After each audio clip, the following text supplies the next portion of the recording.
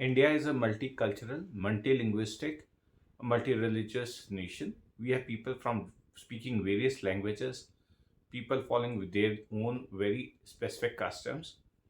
And the beauty of our nation is that we all live together and we live in great harmony. Hello viewers, namaskaram, vanakkam, a very good evening to all of you. I welcome you all to my YouTube channel, Layman History and Geopolitics. Friends, today we are going to talk about a topic which has been carrying on throughout our history after our independence. And the topic is that do the Tamils want to secede from India? Do they consider themselves to be different from Indians, rest of the Indians?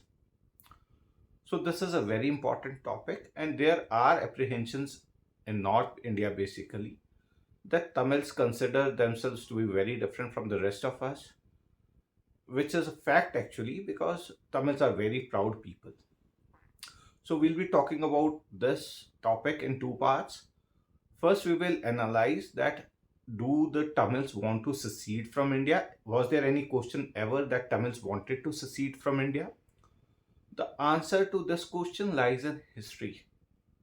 Pre-independence, as we all know, there was an ideologue named Periyar, and Periyar was basically from Tamil Nadu. Basically, he was born in Kannada areas of Tamil Nadu, which used to be Madras Presidency by then.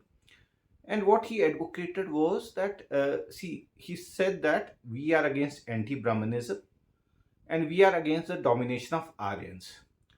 See, at that time in Madras Presidency, 70% of the government jobs were being occupied by 3% of the Brahmins. So Brahmins were just 3% and they occupied 70% of the government seats.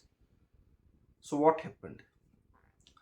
What happened was that there was massive exploitation of the masses, and the person who was sent by the British to collect the taxes, the person who used to instill fear in the minds of the people, generally he used to be a Brahmin. So what happens is that in southern India basically, and in most parts of India, the Brahmins were the face of the British, and as a result there were anti-Brahmin sentiments pan-India basis. So just 3% of the people having 70% of the jobs, was that fair?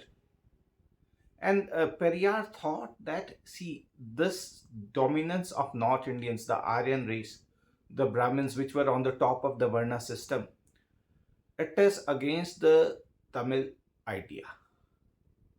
So what he said was that, fine, if the British are going out from India, we want a Dravid Nadu.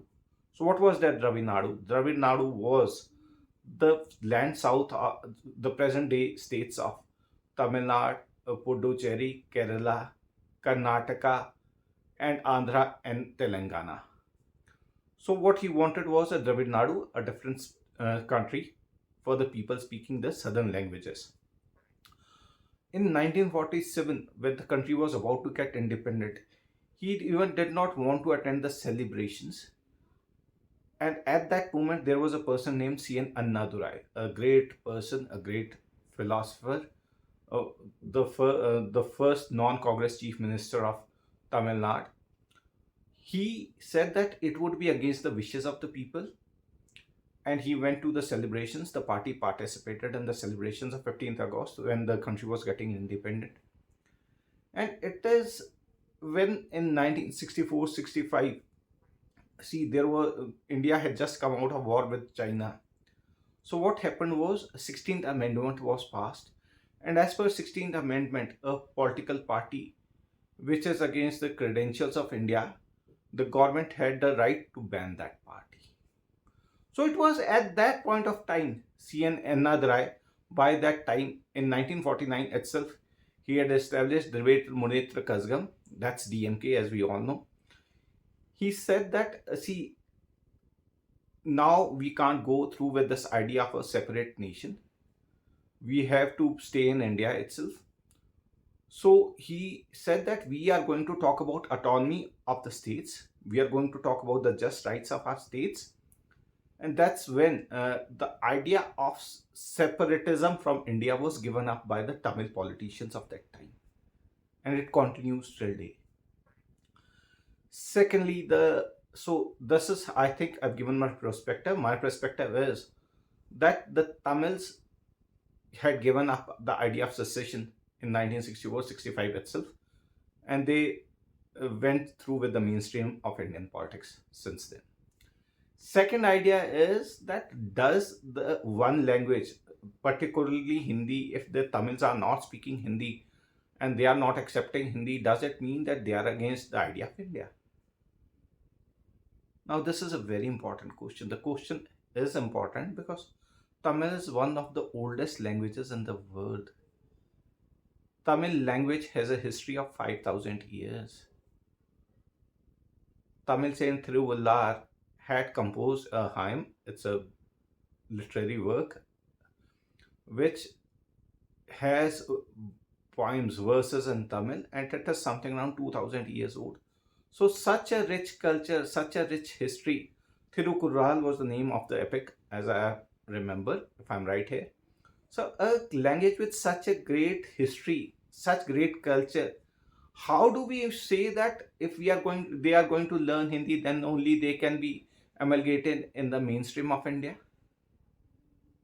We have to respect their rights.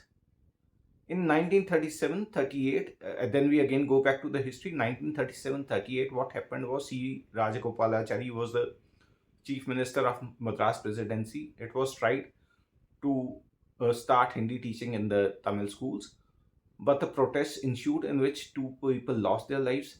In 1965-66 also, what happened was that anti-Hindi protests took place in Tamil Nadu, and it was on the basis of these protests that DMK was able to form government, first non-Congress government in Tamil Nadu with full majority in 1967. So it's not like that Hindi is the only way out. Most of India has pursued a three-language formula. That's their local language, English and Hindi. But Tamil Nadu sticks to its English and Tamil formula, and let us respect it. Because the people have their own traditions, they have their own rights, and they have a language which is their identity. For Tamils, their religious identity or their caste identity is secondary to their Tamil identity. I have been speaking a lot about Tamil people on my channel, and the comments which I get from, they come from all sections of the people from different faiths, different religions, different castes. And what they all say is that Tamil identity trumps everything. They are all for their Tamil identity. Third point here would be the statements of some Tamil politicians. Let's have a look at a case. நாடு கேட்க எங்களை விட்டு விடாதீர்கள், மாநில சுயாட்சி தாருங்கள், அதுவரை நாங்கள் ஓய மாட்டோம் என்று சொல்லி விடைபெறுகிறேன். நன்றி, வணக்கம்.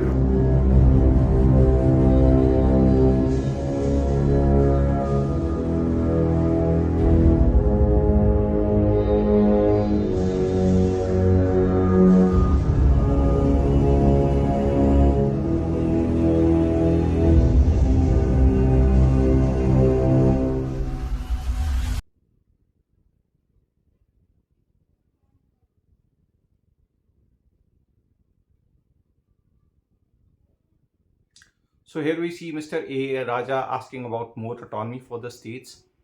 And this autonomy is being constructed in the north, that Tamils want to secede from India. They consider themselves as different people. The point here is Mr. A. Raja here was talking about the just fare of taxes. In India, earlier on, the share of taxes was as per the 1971 census. And Tamil Nadu has progressed by then. Its population has decreased. And by 2011 census, when the taxes are being given to the states, the thing is their share has been reduced.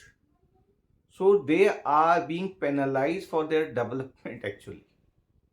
So it should not be construed that these people want to go away.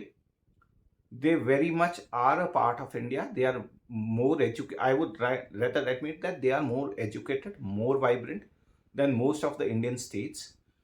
Tamil Nadu is the second most industrialized state in the entire Indian country. Their debt to GDP ratio is very low. And see, they have a welfare politics. Social welfareism is at the core of their politics.